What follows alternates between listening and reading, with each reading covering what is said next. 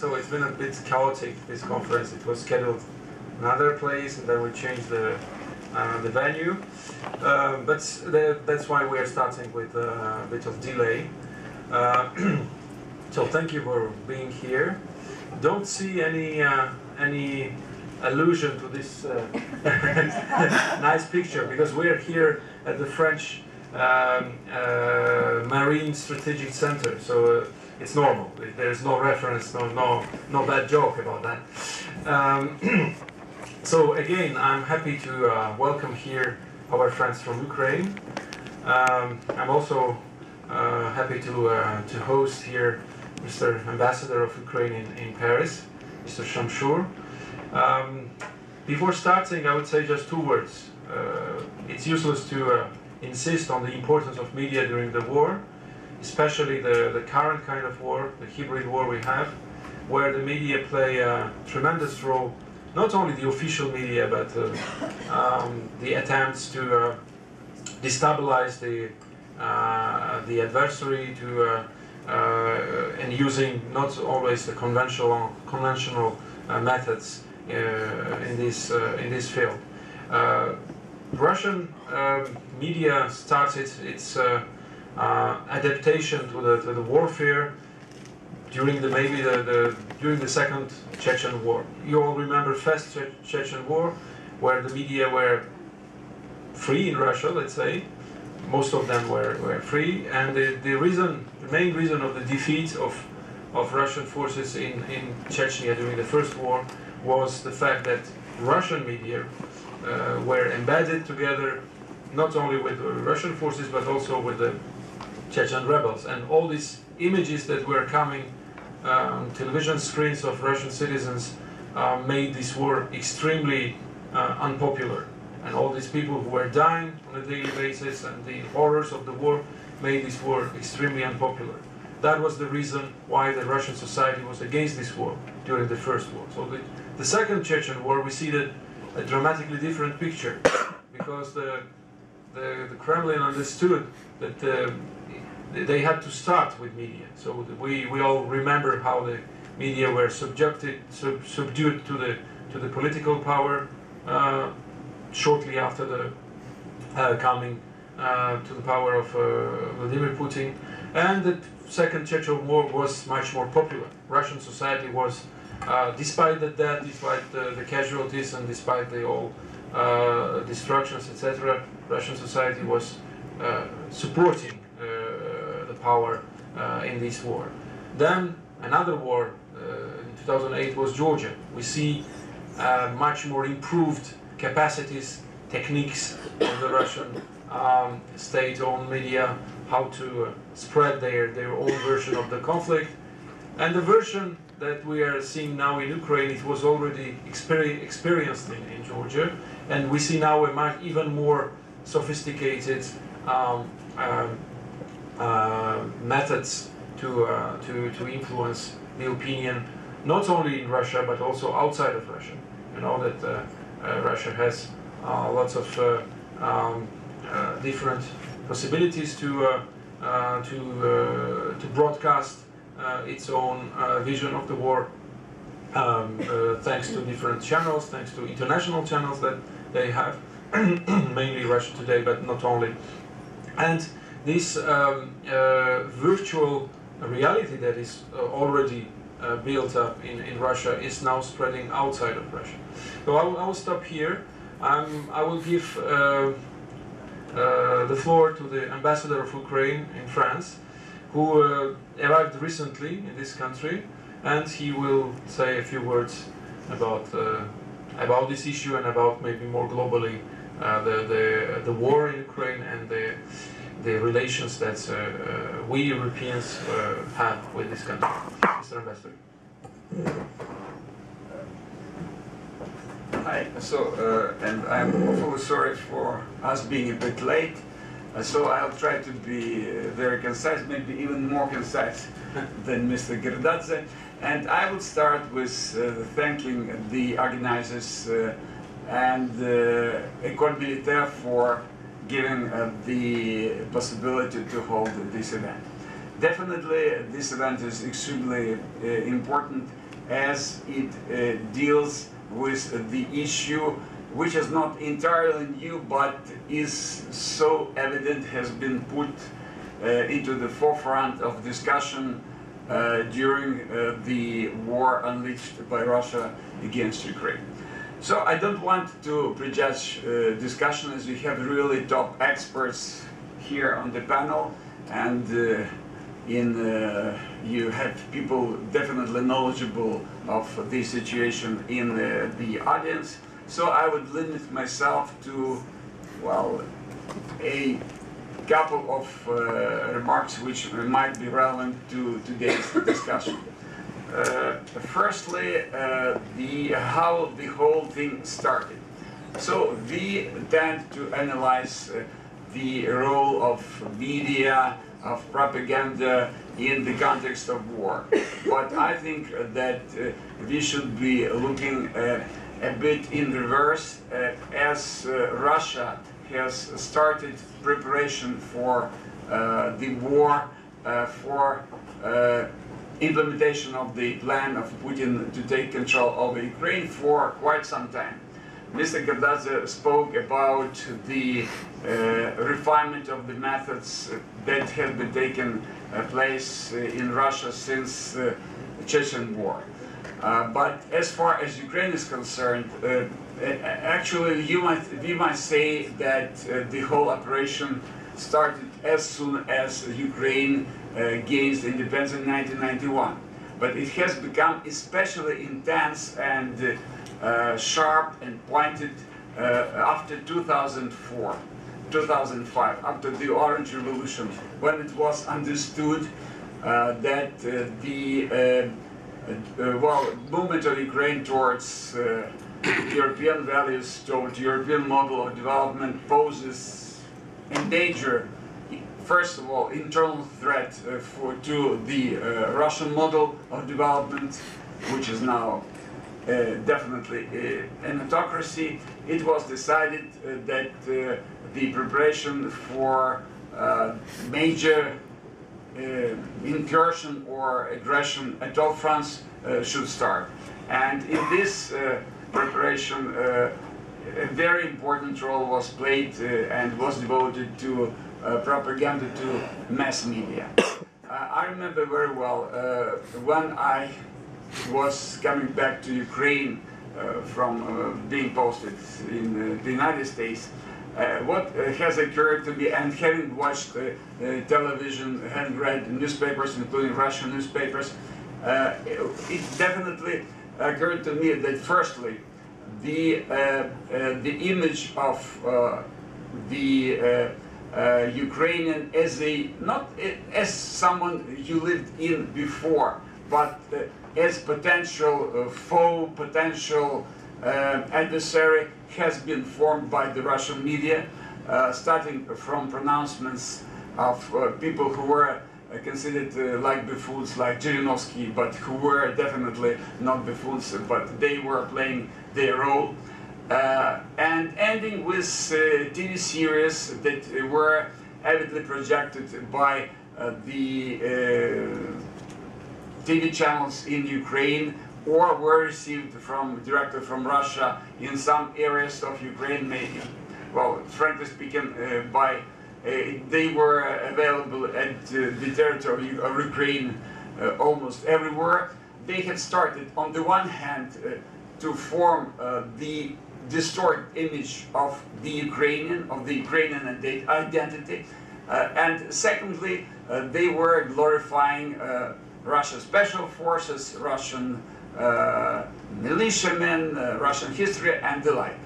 And that was definitely targeting, in my view, two auditoriums. So firstly, it was addressed to some people, or the population of Ukraine residing in the east and the south, to create a sense of detachment from the rest of Ukraine.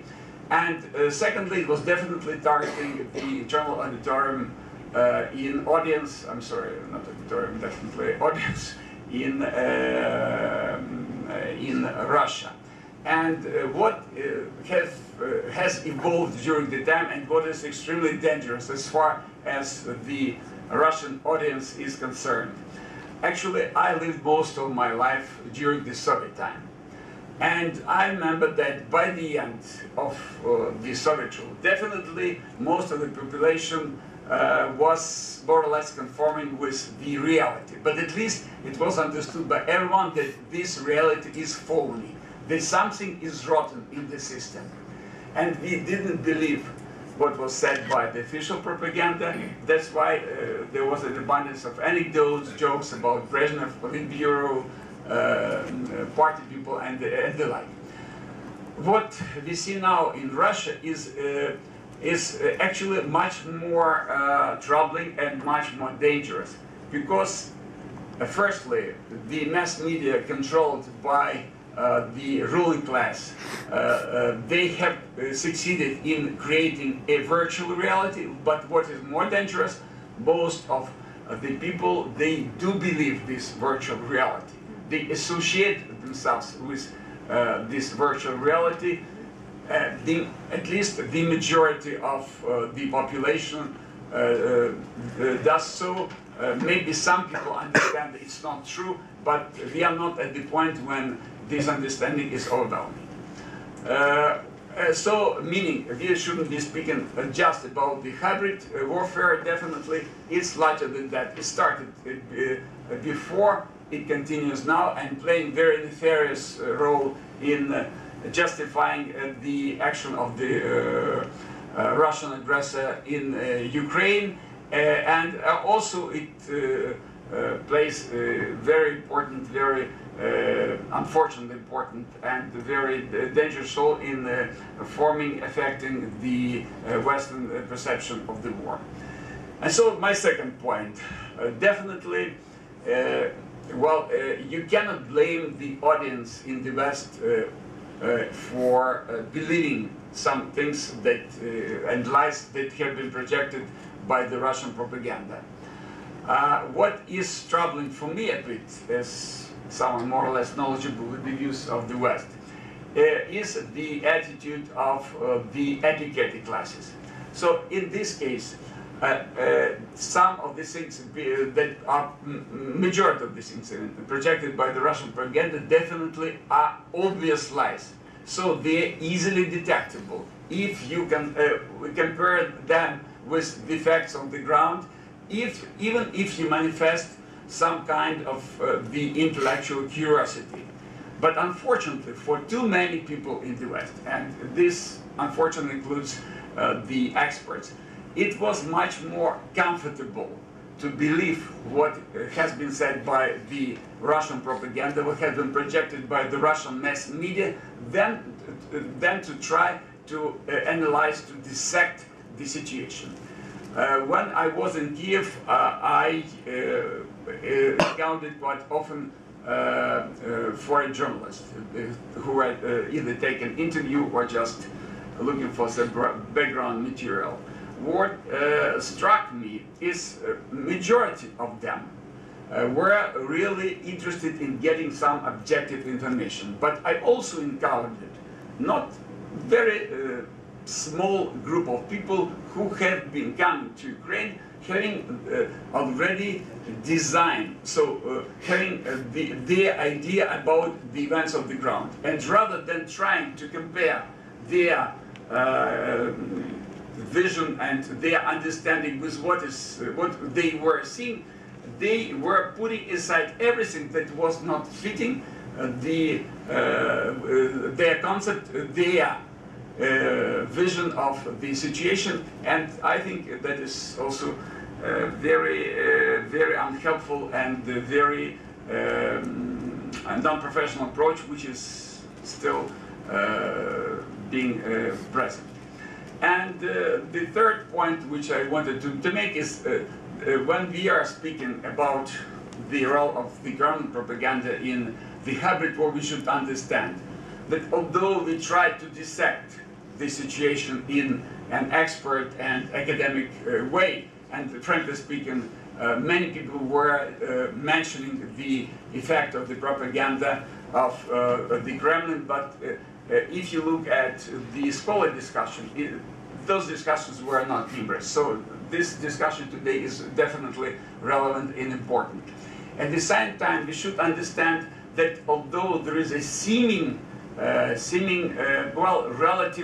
relative, say, I cannot say calm, but there is a perception in the West that now the negotiations are going on and there is some discussion, but you should understand that unfortunately the strategic initiative, that's my personal opinion, is still in the hands of Putin. And we are dealing only with the pause taken by him. We cannot, although I think that at this stage he definitely made the choice in favor of using those self-proclaimed republics of the Donetsk and Lugansk for destabilizing situation in the east and in the whole of Ukraine.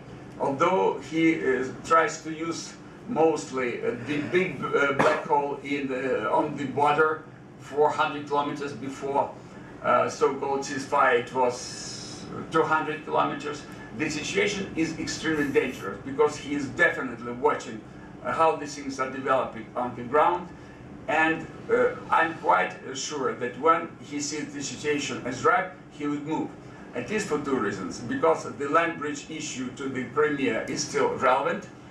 Without this bridge, Crimea is not sustainable economically. And secondly, he put into movement the war machine, including the war propaganda machine. They simply cannot stop. If you know this bicycle term, sur place, so actually you have to move not to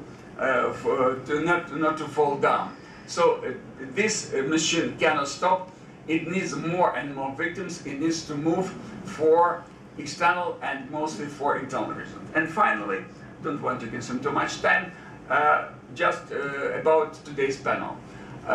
Ukraine, unfortunately, was totally, at the governmental level, unprepared to face the challenge of the Russian propaganda machine, which very well oiled and very well financed. And so the Media Crisis Center is the example when civil society can play a very important role, because this is the organization that was started on the voluntary basis. It was started not on the governmental money and played very important role in projecting the Ukrainian view. We think it's an objective view of the situation on the ground. And this also does a lot about the changes taking place in Ukraine.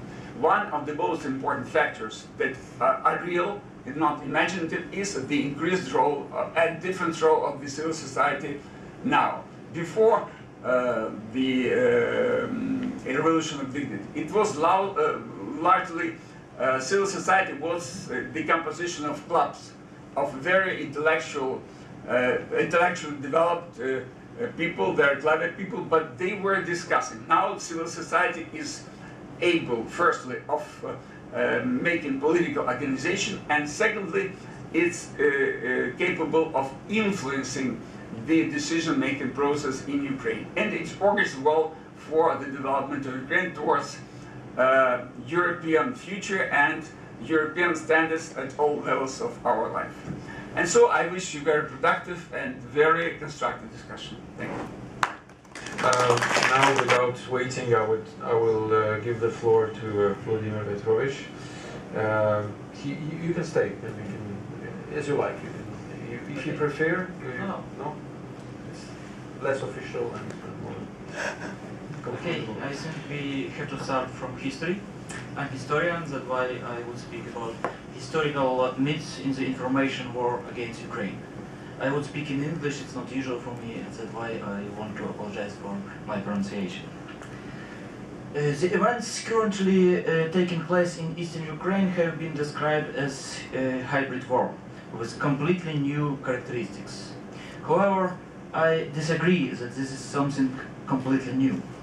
In 1918, this was the same way the Bolsheviks fought the Ukrainian People's Republic. On the outskirts of Kharkiv, Moscow proclaimed a new alternative to Kiev government in its own Soviet Ukraine. The Bolsheviks gave their new Soviet counterparts military aid in the form of the Red Army, which reached Kiev and overthrew the Ukrainian People's Republics.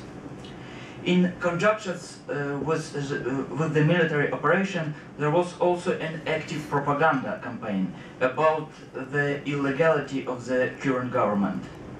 Much in the same way, the Bolsheviks took advantage of this in 1939-1940 in the Baltic states, and after the ending of the Second World War in Eastern Europe, in Poland, in Czechoslovak Republic. It is therefore possible to understand what is happening today by looking through history. In the hands of Russian advocates, it has, however, become a convenient tool in the information war, which is used to legitimize the actions of Kremlin and delegitimize the Ukrainian authorities.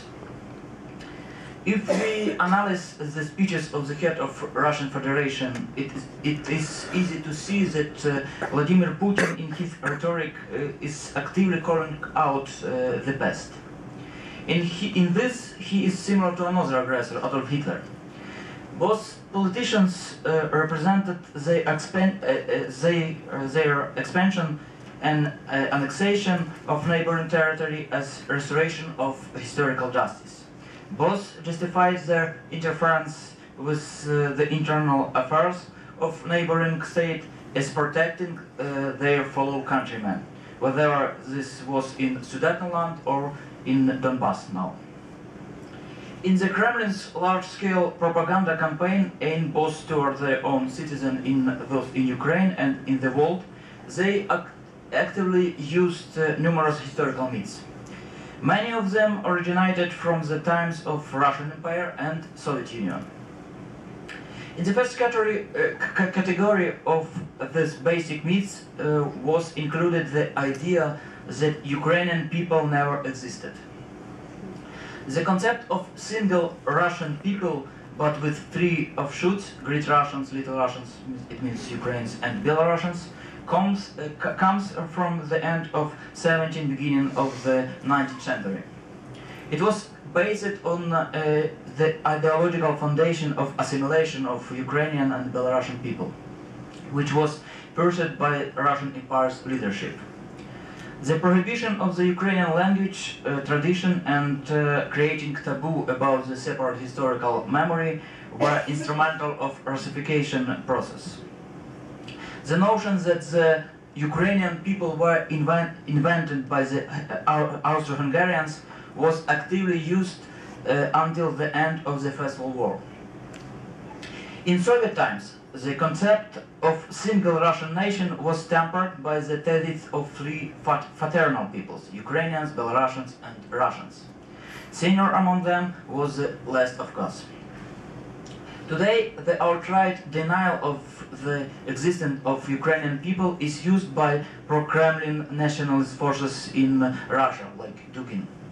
For them, the very existence of Ukrainian states is a geopolitical mistake that should be corrected. But this argument is also implicitly present in the official Russian propaganda that justifies its intervention in the internal affairs of neighboring countries in order to protect their fellow countrymen, Russian and Russian speakers. In addition, Ukraine cannot be seen as being independent of Russia's foreign policy because it is an incomplete country and in the area of Russia's interest.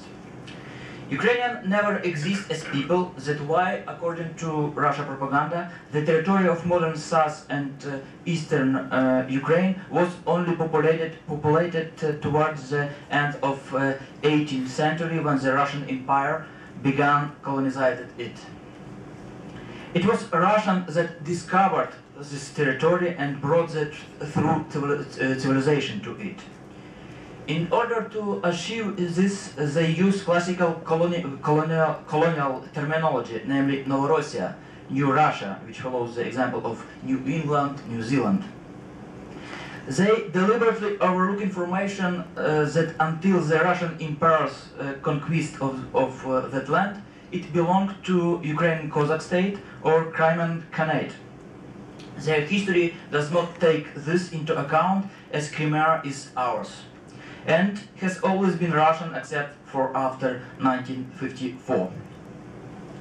The objection to Ukraine as a country is an old historical myth formed from the exclusive monopoly of the legacy of Kievan Rus.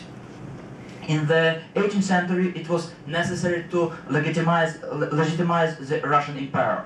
The former Muscovite Principality needed the right to use the name Rus in order to have a direct descent and be seen as successor state. Today, it has a very different function. To delegitimize Ukraine. For Russia, the Kievan Rus heritage had nothing to do with modern Ukraine, and Ukraine therefore never had periods of statehood in their past. The Cossack state in 17th and 18th centuries, which incidentally the Moscow Principality had an alliance with, in the minds of Russian propagandists did not have complete statehood. The same can be said about the short-lived statehood of the Ukrainian People's Republic from 1917 to 1921. Therefore, Ukrainians are not entitled to claim full statehood even today. In one of his last speeches, Putin monopolized the legacy of Kievan Rus in order to justify the annexion of Crimea. Crimea appeared to be the holy land to the Russians, much like Jerusalem is for Jews, because that is where Prince Volodymyr was baptized. The fact that Volodymyr was the Kiev prince was not spoken about. Obviously, modern Russia propaganda uses Soviet historical myths and stereotypes. This is because there has not been a deconstruction of this in the minds of Ukrainians and especially in Russians after the collapse of Soviet Union. Soviet historical myths are one of the main pillars of Soviet identity, and Russian aggression against Ukraine today relies on the carriers of this identity, not the Russian-speaking Ukrainians nor ethnic Russians, who Putin is supposedly protected, but rather the Soviet people, Homo Sovieticus, are the only ones supporting his actions in Ukraine. The Donbass has the most of the because of historical mass political repression and great famine and socio-economic preserved Soviet industry and structure of society reasons. Central in the post-war Soviet ideology in the memory of, is the memory of the Second World War, which is presented as Great Patriotic War. Victory Day has become a major national holiday in USSR. The war itself, as presented as a Great Patriotic War, is seen as cornerstone of the nation creation myth of the USSR. Its purpose was to serve as the basis of the formation of Soviet identity through a Soviet perspective. Its cornerstones were the idea of mass patriotism and the sacrifice in the name of Soviet motherland, and unprecedented mobilization of the Soviet people in the fight against the terrible threat and messianic campaign, the liberation of Europe.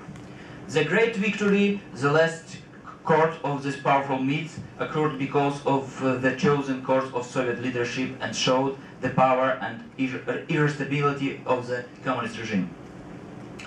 The circumstances of the war years created the ideal condition to form a new Soviet identity.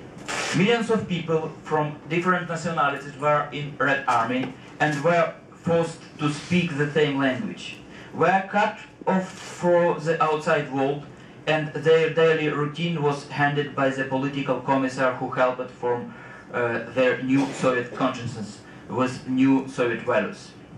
Horrible shared experience and situation which were constantly bordering between life and death The presence of a common enemy, which repeatedly demonstrated its inhuman nature and sense of a shared mission, created the best condition for this task.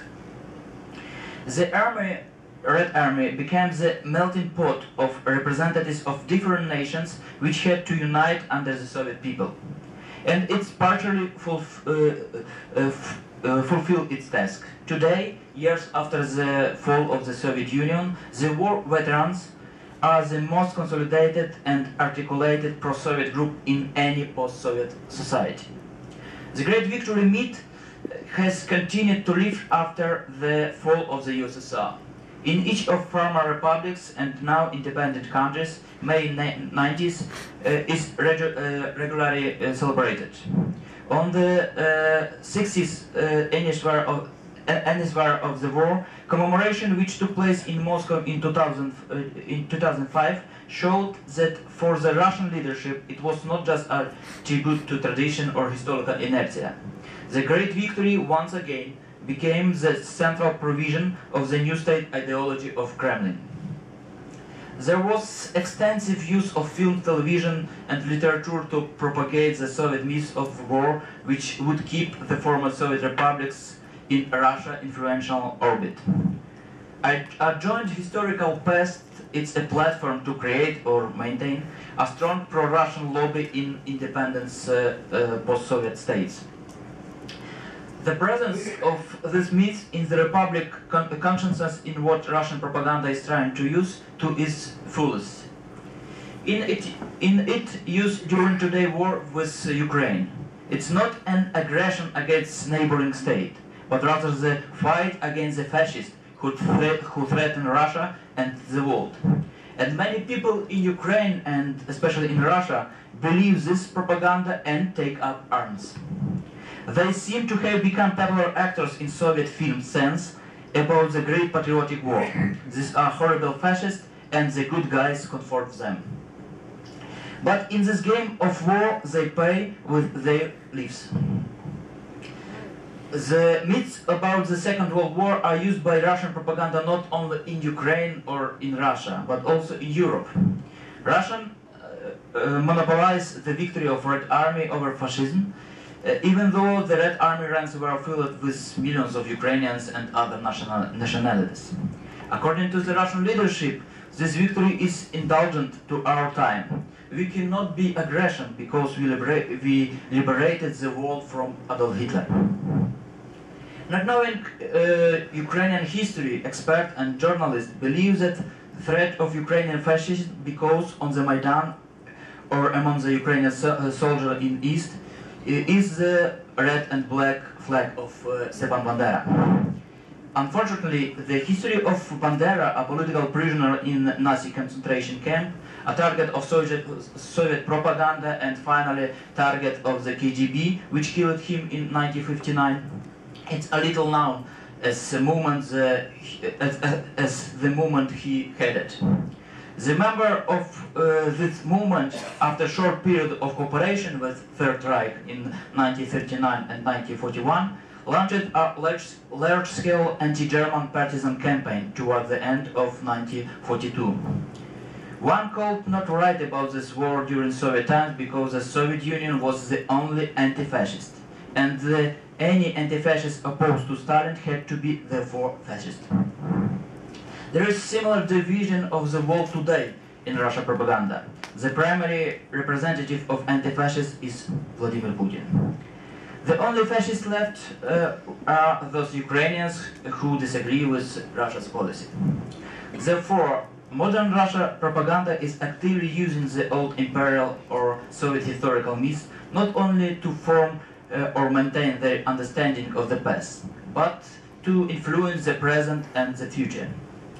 It is essential that not only historians but also journalists, experts and politicians work together against this. Thank you for your attention.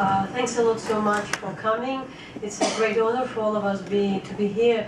My name is Natalія Гуменюк. I'm a journalist and one of the team of Hromadske TV, which would be translated into English as a public TV, which is an initiative of the Ukrainian journalists to create the online broadcasting based on the principle of the public broadcasting I want to explain a bit more because Hromadske was founded right before the Maidan revolution by chance, as we had either the, let's say, government propaganda or the oligarch-owned tabloid media on the television. So there was this initiative, and by chance, when the events on the Maidan started, we went to the, we were planning like a rather modest coverage, but then we started to broadcast 24/7, and since now we are on air, and I don't represent neither government nor any other institution. We are mainly funded by our audience, some other European donors, but mainly by the people and working for the people. It's a huge luxury, and it's also probably one of the results of what's happening in Ukraine, that this kind of media run by journalists, owned by journalists, can operate. I also, as a reporter, work a lot in the east of Ukraine, in Donbas, in Crimea, try to spend as much time in the field, so I'd be always very much pleased to talk about what's happening there and answer your question if there would be the discussion. We talk a lot about the media war, and I do, and by the way, as well, now currently I'm an editor-in-chief of Hromadske International, which is a English and Russian-speaking service of our media, which we do also with a rather modest team, so there is a lot of information available both in English and in Russian.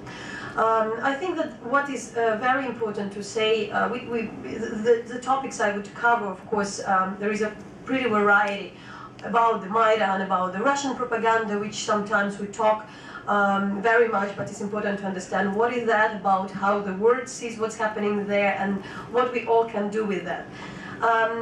Of course, the role of the propaganda can't be, as a representative of media, can't be underestimated. As while working, and I should also explain that it works on the different layers.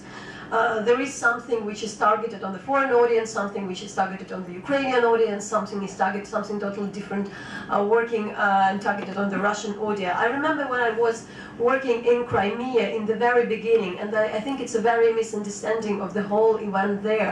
I used to talk to the people, and you know, there were very simple things when you really discuss the issues with the people prior to this so-called referendum, and the people would believe that, you know, like the 50% of the unemployment rate in the European Union is like 50%, so like at least half of the population is unemployed, while for instance in Russia everybody has a great job, and or like the things that would be like that. And I found out that especially in Ukraine there was a very good soil for the Russian propaganda, actually, because compared to the people probably somewhere in Nizhny Novgorod or Yekaterinburg, the Ukrainians living in Ukraine couldn't compare the reality. So for many, many years they've been being imposed, not just to the Russian media, but as well to the Ukrainian oligarch-owned media, which more or less showed the same picture.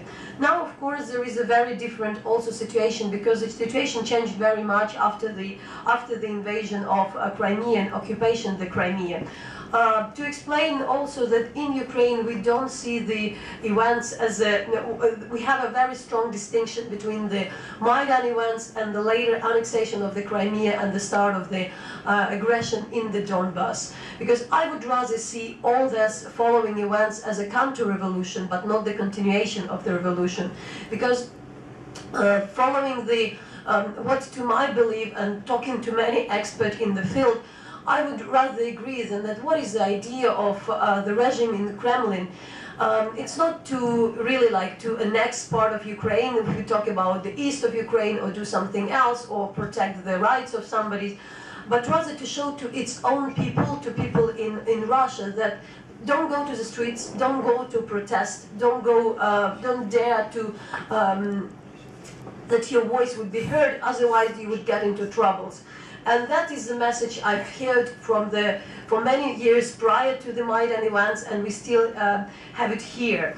And so what is very important with this information warfare, I think that what is very interesting with these new tactics, it's not just a huge amount of the fake news, and which are, you know, like ridiculously fake. Then, for instance, recently there was a very recent story either about the slave of a former Prime Minister Timoshenko that is existing, or it was a very known story about a boy who was so-called like invented story about a crucified boy by the Ukrainians, which definitely hadn't happened, but you can find how ridiculous is what, for instance, the recent story was about there is a particular kind of birds in Ukraine which has a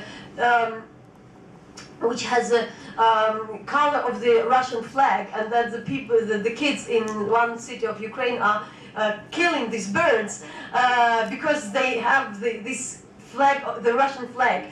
But the point is that it's so ridiculous that unfortunately to some extent we stopped to follow, and we still don't take it seriously what is in the Russian television.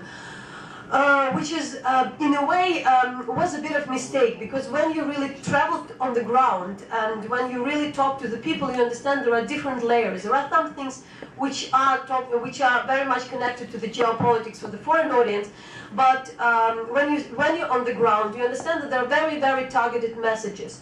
They are not about the Russian unity or Ruski Mir or something like that, but they would be very much well spinned.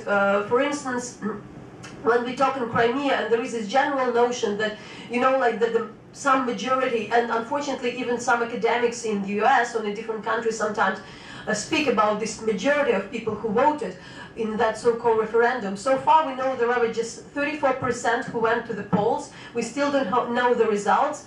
There is no any legitimacy.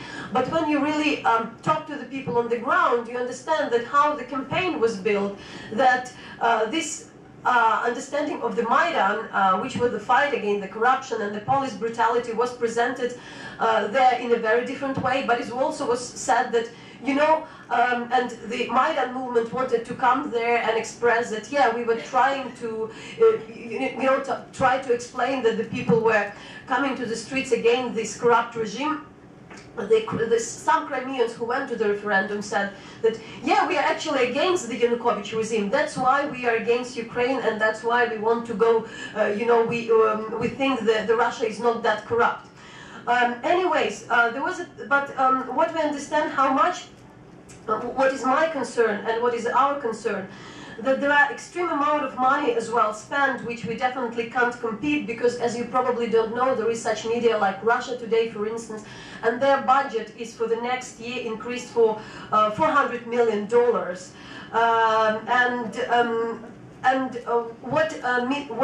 is an incredible and brilliant paper written by the British scholar Peter Pomerantsev, which is called The Menace of Unreality, which thinks about why we are also that much concerned that the information there is what is different from the Soviet propaganda. There is no any other idea that gives like a different and a better reality. There is no different proposition.